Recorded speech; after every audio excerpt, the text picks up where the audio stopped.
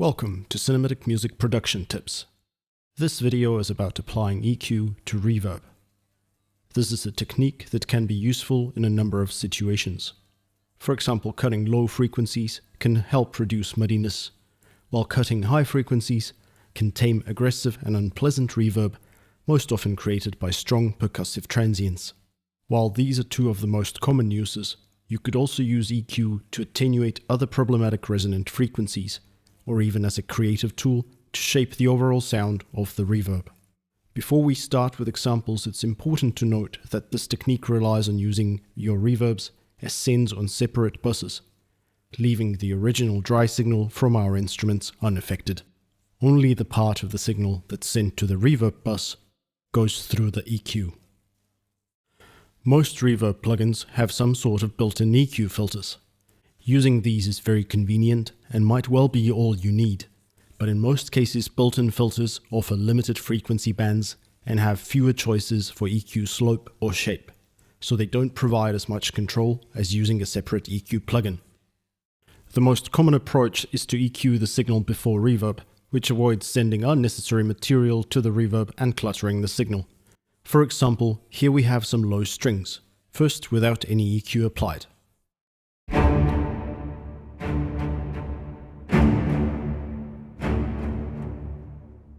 And then with a high-pass filter active with an 18 dB slope and a frequency set to 400 Hz.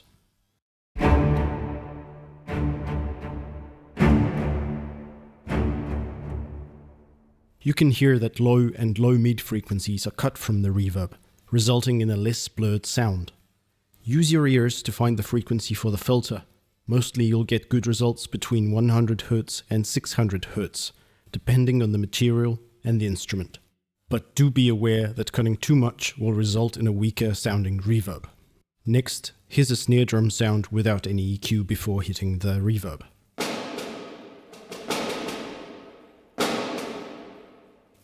Now let's add a low pass filter as low as 3.7 kHz.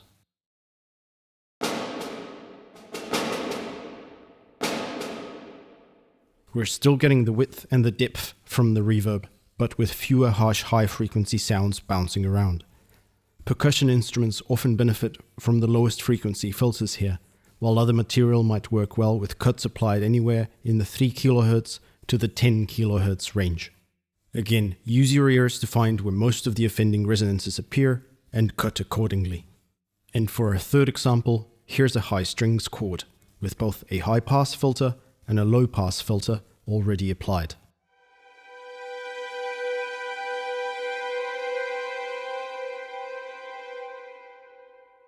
Now let's add another EQ band and cut a few dB around 2 kHz.